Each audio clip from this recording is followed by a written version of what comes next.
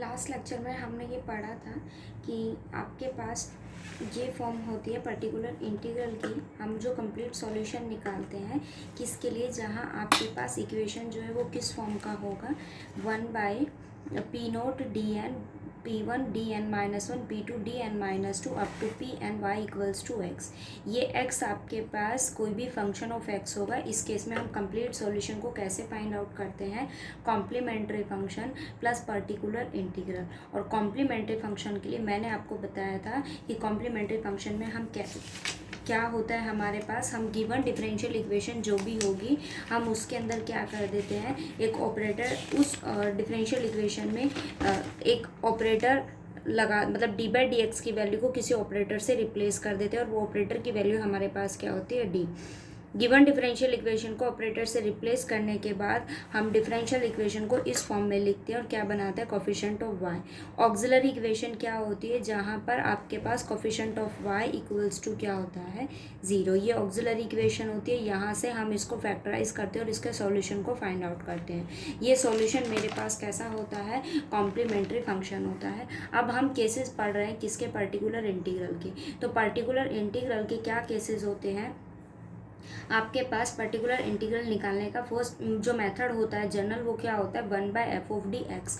x जो होता है वो आपके पास अलग अलग टाइप का फंक्शन ऑफ x होगा। उस फंक्शन ऑफ x के लिए, अलग अलग टाइप्स के फंक्शन के लिए हम लोग उसके अलग अलग केसेस पढ़ेंगे। क्या कहता है, हमने फर्स्ट केस एक ये पढ़ा था कि अगर आपके पास 1/d-α(x) हो, अगर मेरे पास यहाँ 1/dx, एक तो ऑपरेटर हमने ये पढ़ा था d की वैल्यू होता है डिफरेंशिएशन, लेकिन 1/d की वैल्यू मेरे पास क्या होती है, इंटीग्रेशन। एक केस हमने ये पढ़ा था कि अगर आपके पास 1/d-α(x), अगर वो ये फॉर्म f(d) की वैल्यू अगर मेरे पास d-α है, उस केस में हम लोग इंटीग्रेशन कैसे फाइंड आउट करते हैं, e∝x इंटीग्रेशन x e-αx और dx। एक केस हमने ये पढ़ा था, ये स्क्वायर में था तो ये x²/2 फैक्टोरियल n में ये आता है। सेकंड केस हमने ये पढ़ा था कि अगर x की वैल्यू आपके पास क्या हो जाती है, e∝x, जहाँ क्या करते हैं हम, अगर x की वैल्यू आपके पास एक एक्सपोनेंशियल फंक्शन होती है, उस एक्सपोनेंशियल फंक्शन में हम क्या करते हैं, d को f(d) में d को रिप्लेस कर देते हैं बाय a से। उससे हमें क्या मिलता है, ये सॉल्यूशन मिलता है, but provided f(a) not equal to 0 होगा। बट अगर आपके पास f(a) की वैल्यू 0 हो जाती है तो वो केस आपके पास किसका आता है, केस ऑफ फेलियर का। क्या कहता है कि अगर आपके पास वो केस ऑफ फेलियर होता है तो हम क्या करते हैं, किसी x से मल्टीप्लाई करते हैं 1 इस f(d) का, नीचे ही उसका डेरिवेटिव करते हैं। 1 को हम कुछ नहीं कहते, मतलब आप ऊपर कुछ नहीं करेंगे, जो चेंजमेंट होगा वो कहाँ होगा, डिनोमिनेटर में, e(ax) as it is. Again differentiate करने, मतलब इसको डेरिवेटिव करने के बाद अगेन हम क्या करेंगे, इसके अंदर d को रिप्लेस कर देंगे बाय a से। ठीक है, फिर हम उसका क्या निकालेंगे, solution. For example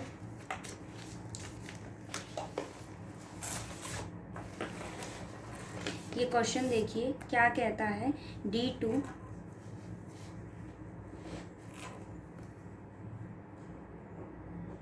d2y/dx² minus 3dy/dx plus 2y equals to e⁻²x। ठीक है, ये क्वेश्चन है। अब स्टेप बाय स्टेप चलेंगे। पहला केस हमारा क्या होता है, मतलब फर्स्ट स्टेप आपका क्या होता है, ये देखो नॉन जीरो है ना, ये क्या है, आपके पास x है और x होता क्या है, फंक्शन ऑफ x, और ये भी आपके पास क्या है, फंक्शन ऑफ x है।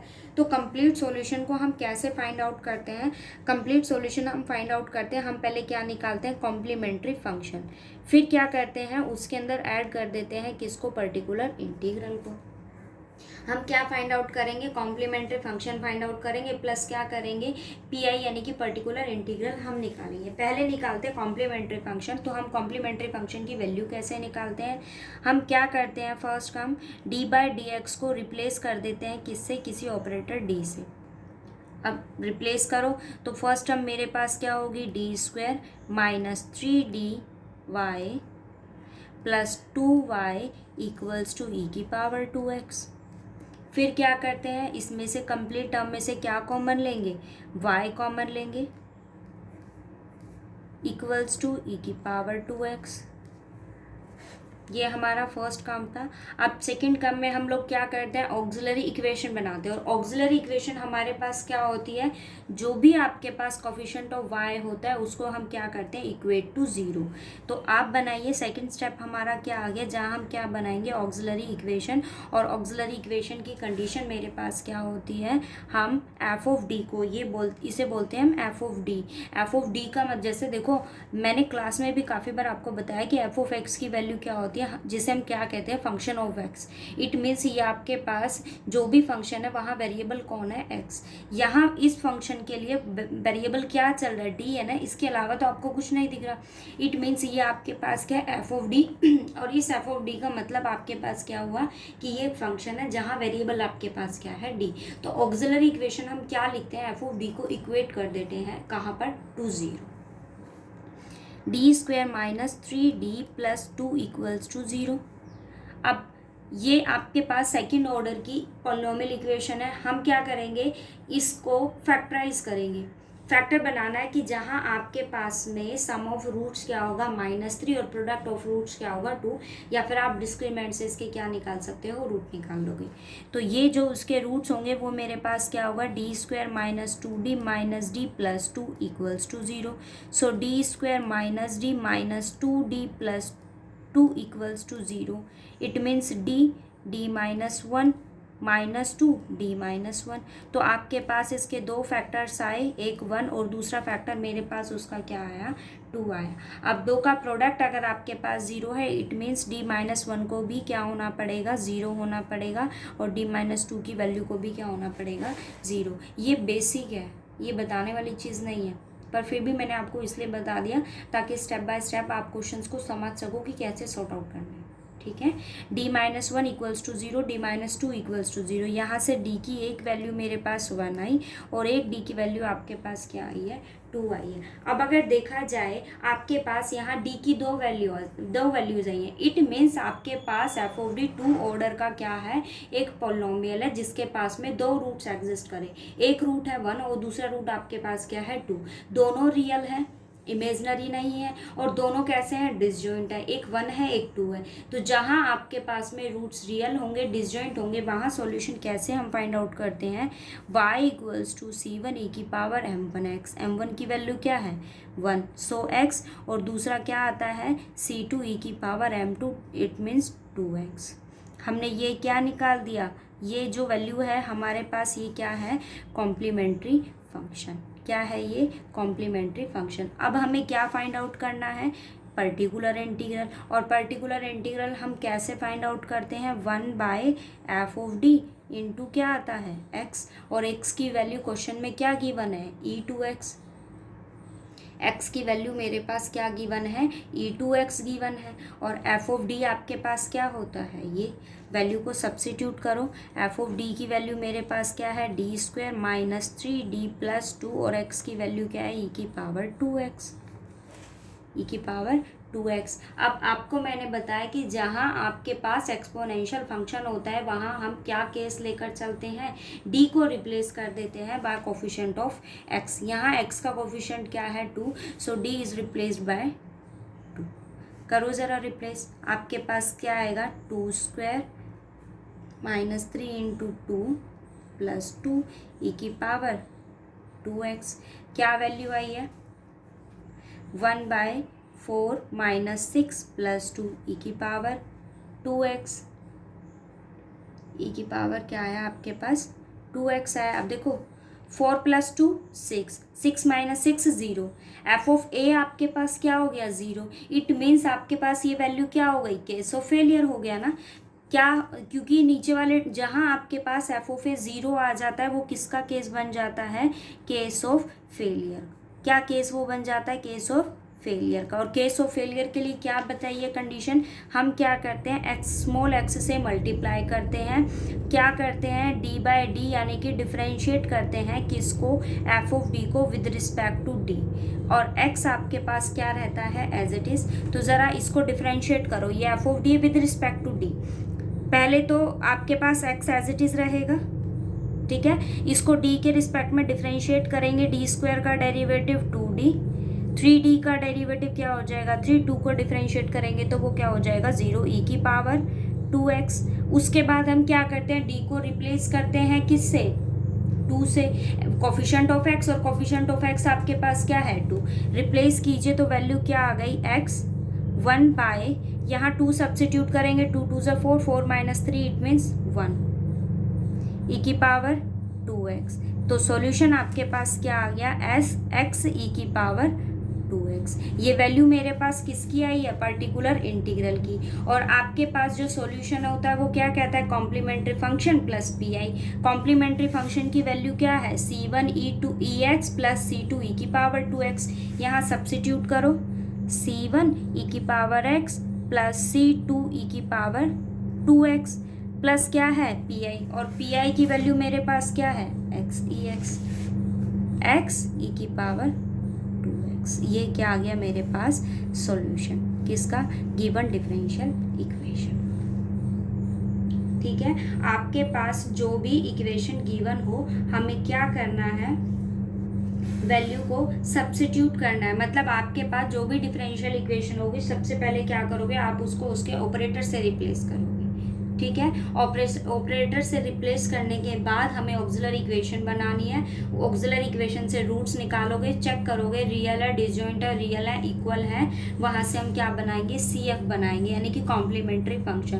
कॉम्प्लीमेंट्री फंक्शन बनाने के बाद हम क्या बनाएंगे, पर्टिकुलर इंटीग्रल। और पर्टिकुलर इंटीग्रल के केस में पर्टिकुलर इंटीग्रल निकालेंगे, और जहाँ आपके पास पर्टिकुलर इंटीग्रल के लिए क्या आता है, केस ऑफ फेलियर, तो उस केस में पर्टिकुलर इंटीग्रल हम बनाएंगे। और पर्टिकुलर इंटीग्रल में अगर एक्सपोनेंशियल फंक्शन होता है तो हम क्या करते हैं, डी को रिप्लेस कर देते हैं किससे, ए से। और अगर आपके पास इसकी वैल्यू क्या हो जाती है, 0 बन जाती है, इट मीन्स अगर आपके पास एफ ऑफ ए 0 हो जाता है तो वो केस किसका आ जाता है, केस ऑफ फेलियर। और केस ऑफ फेलियर की कंडीशन क्या होती है, x 1 बाय डी डिफरेंशिएट करते हैं एफ ऑफ डी को, और x वापसी फिर डेरिवेटिव वाले टर्म में क्या रिप्लेस कर देते हैं, डी को ए से। हमारे पास क्या आ जाता है सॉल्यूशन, और फिर हम क्या करते हैं CF प्लस डी, ये सॉल्यूशन हमारे पास एग्जिस्ट कर जाता है। ठीक है,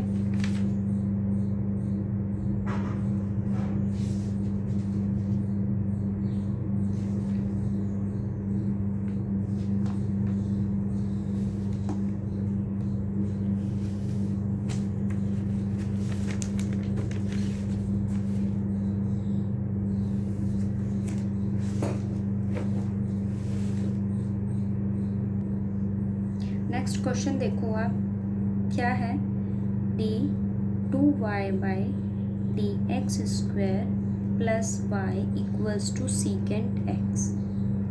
ठीक है, हमें इसका क्या फाइंड आउट करना है, इसको सॉल्व करना है। तो देखो सबसे पहले क्या करते हैं, हम ऑपरेटर से रिप्लेस करते हैं d से, तो वैल्यू मेरे पास क्या होगी, D square Y plus Y equals to secant X. फिर हम क्या करते हैं, y कॉमन लेते हैं, D square plus 1 y equals to secant x.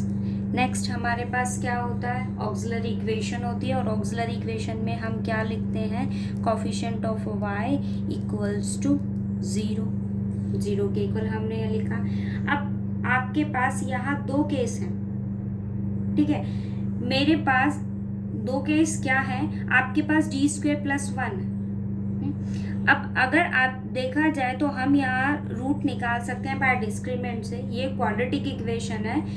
हालांकि इसका केस आपके पास ये है कि यहाँ कोफिशिएंट ऑफ डी आपके पास क्या है, 0 है। अदरवाइज आप इसको सिंपली करो, डी स्क्वायर मेरे पास किसके इक्वल होगा, -1। इट मीन्स आपके पास डी की वैल्यू क्या आ गई, प्लस माइनस आयोटा। कैसे रूट है, इमेजनरी रूट है। इमेजनरी रूट में कौन मिसिंग है, रियल पार्ट मिसिंग है। आपके पास यहाँ 2 रूट आते हैं, एक है प्लस आयोटा और दूसरी वैल्यू आपके पास क्या है, माइनस आयोटा। और मैंने जब आपको रूट्स का कॉन्सेप्ट बताया था तो आपको ये चीज़ भी बताई थी कि आप अगर आपके पास अगर इमेजनरी रूट्स आते हैं तो इमेजनरी रूट्स हमेशा कैसे एग्जिस्ट करते हैं, कॉन्जुगेट पेयर में। कॉन्जुगेट पेयर का मतलब आपके पास क्या होता है कि अगर एक रूट रूट आपके पास अल्फ़ा प्लस आयोटा बीटा है, सेकंड रूट क्या होगा, alpha minus iota beta.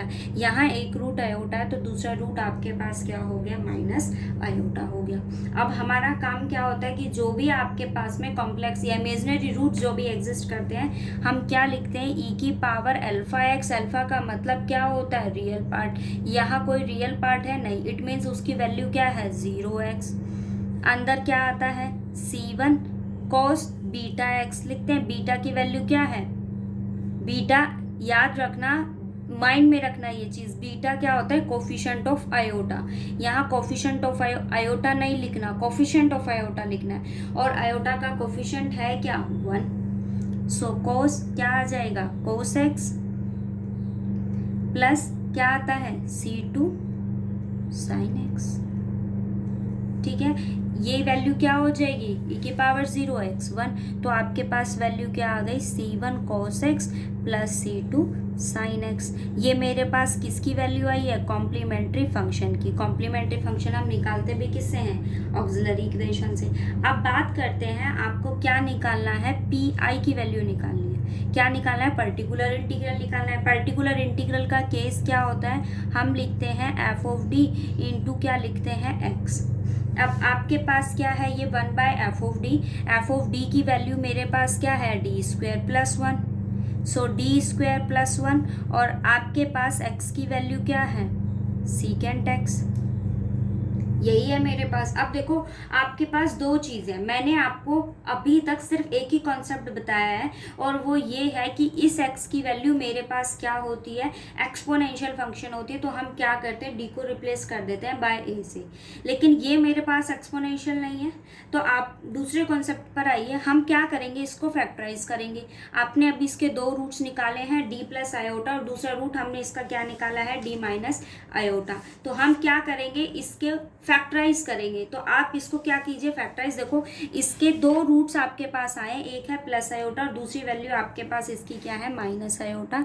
So it may be written as D minus iota and D plus iota secant X. ऐसे ही लिखा जाएगा ये, D minus iota and D plus iota.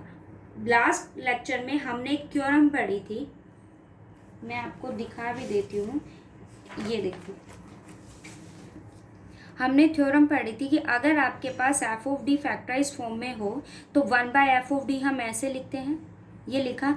आप उसके बाद उसको क्या करते हो, पार्शियल फ्रैक्शन उस पर अप्लाई करते हो। इट मीन्स आपकी जो भी आपके पास फैक्टराइजेशन की टर्म होती है, हम उसको पार्शियल फ्रैक्शन अप्लाई करते हैं और उनको प्लस माइनस के साइन से सेपरेट कर लेते हैं। इट मीन्स आपको अब इसी के साथ यही केस अपनाना होगा। तो लो ज़रा वैल्यू, मैंने क्या लिया, या ब्रैकेट बना के मैं करके दिखा देती हूँ आपको। हमने क्या लिया, क्या है आपके पास, 1/d माइनस आयोटा और d प्लस आयोटा। क्या कैसे पार्शियल फ्रैक्शन अप्लाई करते हैं, क्या लिया, a over d minus iota plus b over d plus iota. ऐसे ही करते हैं, इसको उधर मल्टीप्लाई करेंगे। So 1 equals to a into D plus iota plus b into D minus iota. ठीक है, उसके बाद हम क्या करते हैं, आप वो देखिए जो जो इक्वेशन को क्या बनाते हैं, ज़ीरो बनाते हैं। या फिर आप ऐसा भी कीजिए, डी के कोफिशिएंट को कंपेयर कीजिए, तो इक्वेशन बनेगी, उससे भी आप सॉल्व कर सकते हो। बेसिक है ये। तो मैंने सब्स्टिट्यूट करा डी की जगह आयोटा, तो ये वैल्यू क्या हो जाएगी, 0। यहाँ सब्स्टिट्यूट करेंगे, सो 1 इक्वल्स टू 2 आयोटा ए। तो ए की वैल्यू मेरे पास क्या हो गई, 1/2 आयोटा। अब हम किसकी वैल्यू निकालेंगे, बी। मैंने क्या सब्स्टिट्यूट करा, माइनस आयोटा, जिससे ए क्या हो जाएगा, 0। माइनस आयोटा सब्स्टिट्यूट करेंगे तो ये वैल्यू हो गई 0। B minus iota -2 iota. इधर से मेरे पास बी की वैल्यू क्या आ गई, 1/2 आयोटा, -1/2 आयोटा। ए और बी दोनों वैल्यूज आ गई, उन दोनों को कहाँ सब्स्टिट्यूट कर देंगे, यहाँ सब्स्टिट्यूट करेंगे तो क्या आ गया, 1/2 iota 1/d minus iota -1/2 iota 1/d plus iota. ये वैल्यू मेरे पास किसकी आ गई, 1/d minus iota into D plus iota की। ठीक है, अब इस वैल्यू को कहाँ रिप्लेस कर देंगे, यहाँ रिप्लेस कर देंगे। करो ज़रा रिप्लेस। तो मेरे पास वैल्यू क्या आ गई, 1/2 आयोटा को मैंने बाहर रखा, दोनों में से कॉमन ले लिया, क्या वैल्यू आ गई, 1/d minus iota secant X. ठीक है, और माइनस 1/d प्लस आयोटा और क्या आ गया, सीकेंट एक्स आ गया। ठीक है, अब आप लास्ट थ्योरम, अभी मैंने जब आपको ये चैप्टर रिवाइज करवाया तो एक थ्योरम और मैंने आपको बताई, वो रिजल्ट हमें क्या कहता है कि अगर आपके पास 1/d माइनस अल्फा एक्स की फॉर्म होती है तो हम क्या करते हैं, 1/d माइनस अल्फा एक्स की अगर फॉर्म होती है तो हम क्या करते हैं, ई अल्फा एक्स इंटीग्रेट कर देते हैं x e minus alpha x d x से। करो ज़रा, d माइनस अल्फा है तो ये फॉर्म तो है d माइनस अल्फा, लेकिन ये क्या फॉर्म करता है, d minus of minus iota. ठीक है, तो दोनों साइड अप्लाई करेंगे हम, इसी रिजल्ट को अप्लाई करेंगे। क्या करते हैं, ई अल्फा एक्स, ये वैल्यू क्या है, d माइनस आयोटा, तो ये 1/2 आयोटा जो कॉमन लिया था मैंने उसको बाहर रखा। ठीक है, अब इस पर अप्लाई करेंगे तो क्या हो गया, ई आयोटा एक्स, और उसका क्या करते हैं हम, इंटीग्रेशन साइन ई माइनस आयोटा एक्स और क्या हो गया, सीकेंट एक्स डी एक्स। ठीक है, फिर क्या आएगा, माइनस, क्योंकि दोनों के बीच साइन किसका है, माइनस का साइन है। अब इसको मैं क्या लिख सकती हूँ, डी माइनस माइनस आयोटा। ठीक है, तो आप इसको यहाँ सब्स्टिट्यूट कीजिए, क्या वैल्यू आएगी, ई अल्फा एक्स है लेकिन अल्फा की वैल्यू क्या है, माइनस आयोटा एक्स है, इंटीग्रेशन ई माइनस तो क्या हो जाएगा, प्लस एक्स और into secant x d x.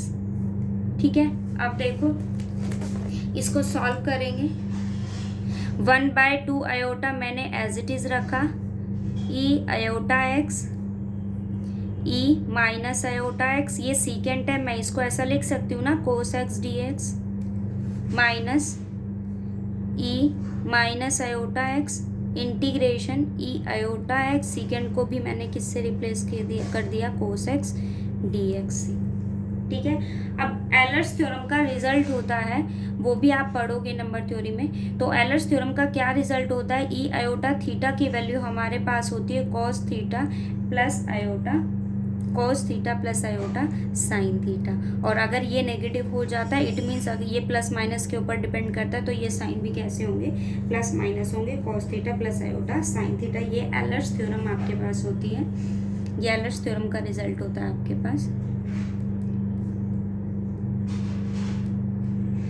ठीक है, तो इस रिजल्ट को आप यहाँ अप्लाई करो, हमें बाहर वाली टर्म को नहीं छेड़ना, उसको एज इट इज रखना है।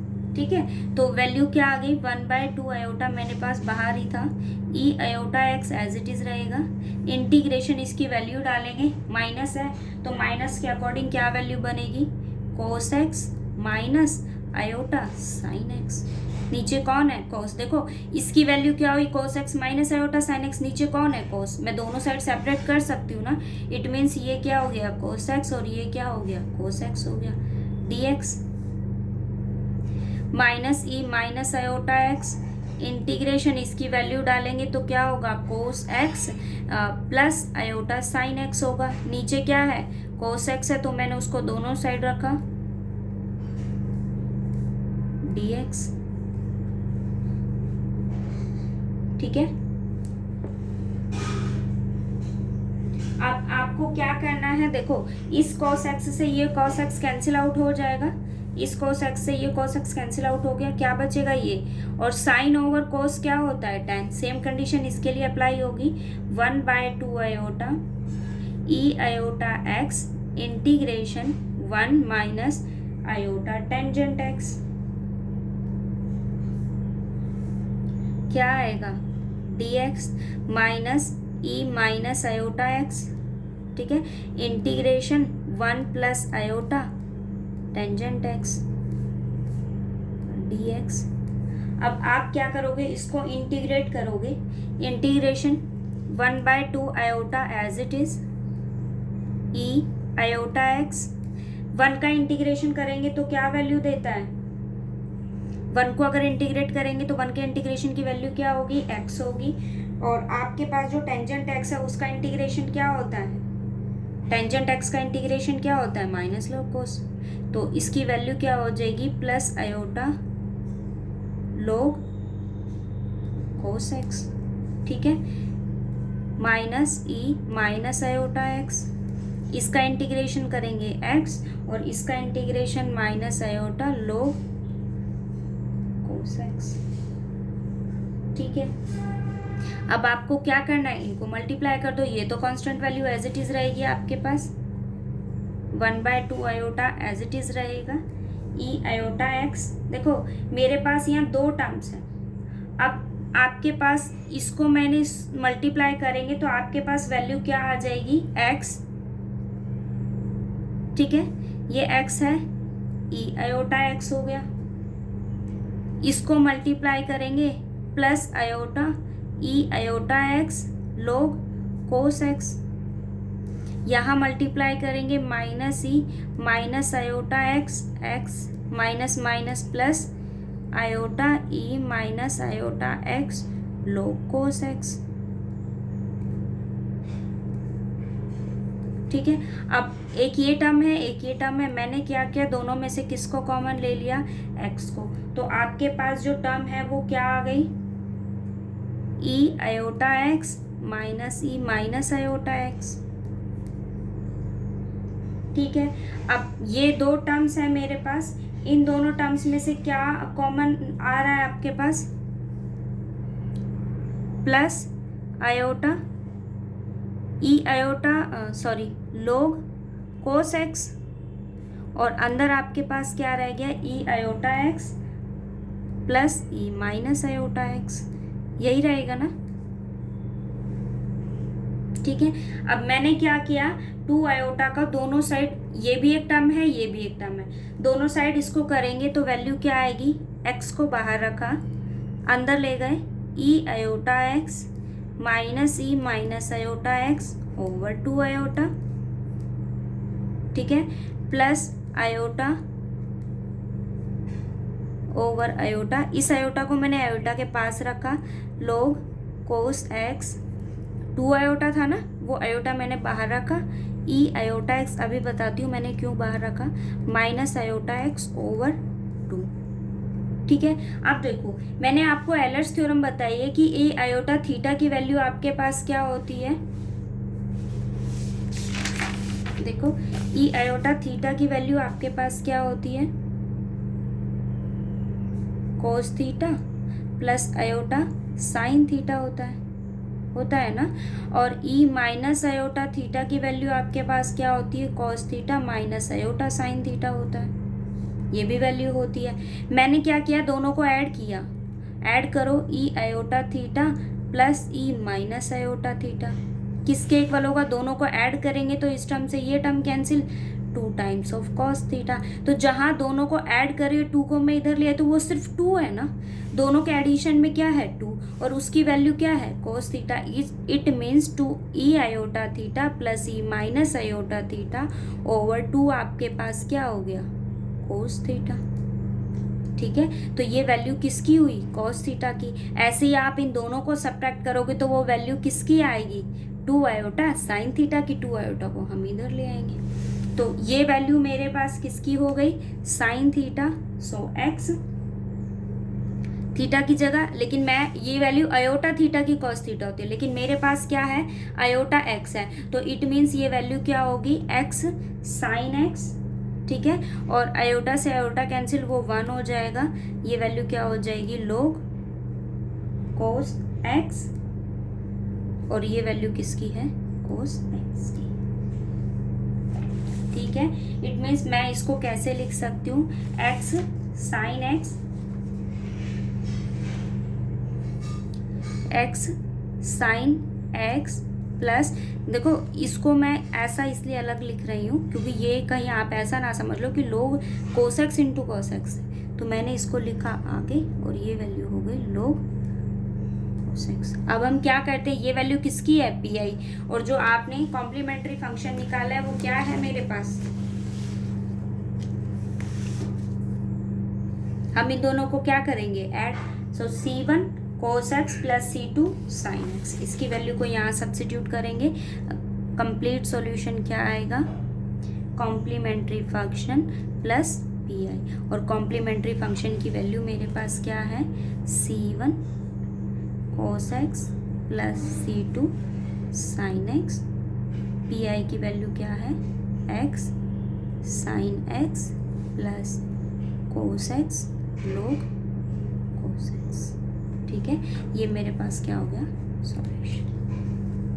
आप हर क्वेश्चन को स्टेप बाय स्टेप समझना, स्टेप बाय स्टेप करना, बहुत इजी है 4th चैप्टर, बहुत तो मैं नहीं कह सकती पर हाँ इजी है, आप स्टेप बाय स्टेप करोगे तो कहीं कोई प्रॉब्लम नहीं होगी। ठीक है, ट्राई करना, जो प्रॉब्लम हो आप मैसेज ग्रुप में ड्रॉप करना।